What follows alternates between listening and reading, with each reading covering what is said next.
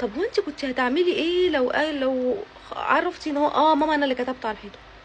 هتعملي ايه؟ اعمل ايه؟ ده انا بالشبشب وهبهدله، ده انا هضربه.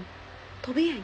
ابنك ربط في دماغه وفي عقله الباطن، ربط قول الحق بالعقاب، ربط ان انا لما هقول الحقيقه هتعاقب وهنضرب. لما انا هدخل للمستر واقول له انا ما حلتش الواجب عشان بصراحه كان عاجبني المسلسل اللي اتفرجت عليه امبارح، فانا هنضرب هتعاقب. فربط العقاب بالصدق، ربط شرطي طبيعي جدا. في ربط شرطي حصل بين الحقيقه الصدق اللي انا هقوله وبين العقاب اللي انا هاخده.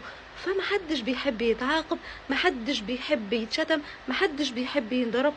فقال ان هو هيكذب، قرر انه يكذب. هنا اتصرف ازاي؟ هنا قبل ما هعاقب الطفل لازم اقول لك انت ان انت تعلميه تطمنيه الامان.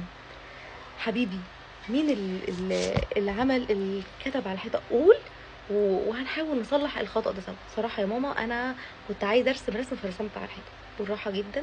طيب هنصلح ده ازاي؟ خد ده وده، أجيب له أدوات التنظيف وصلحه. أنا عايزة ألاقي الحيطة نظيفة. مين عمل كذا؟ أنا يا ماما بصراحة ما عملتش الواجب امبارح علشان كان في مسلسل حلو. تمام. طب أنت عليك واجب النهاردة، واجب امبارح، وواجب عقاب.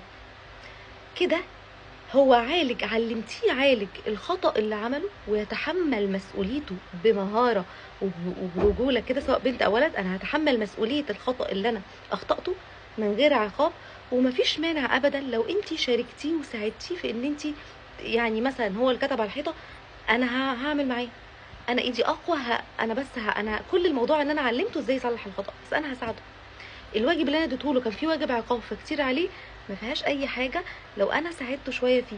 انا كل المطلوب ان انا اعلمه الامان، ان انت قول الحقيقه وهتطمن.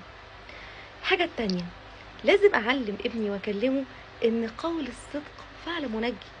طب يا ماما، ما انا لو قلت الحقيقه للمستر هيضربني، فين النجاه؟ النجاه انك طلعت محترم قدام الكل. الاحسن انك تقول الحق وانك ما تكذبش قدام الكل وتنال احترامهم، الكل يشوفك محترم ما كذبتش. اهون 1000 مرة من انك تقول الحقيقة وما تتعاقبش، بس صاحبك عارف انك كذبت، بس زميلتك عارفة انك كذبتي، بس اللي حواليك لما قالوا لك احلف وحلفت كذب هم عارفين فقلت من نظرهم. لا، انا هقول الحقيقة واتعاقب واتحمل مسؤولية عقابي او الغلط اللي انا غلطته بمنتهى الاخلاق، وانا شكلي محترم اكتر. هنا انا علمته يتحمل مسؤولية العواقب للعقوبة اللي عملها، للكذب اللي عمله. اديته الامان في ان انا ما عاقبتوش، ما خليتش عقله الباطن يربط بين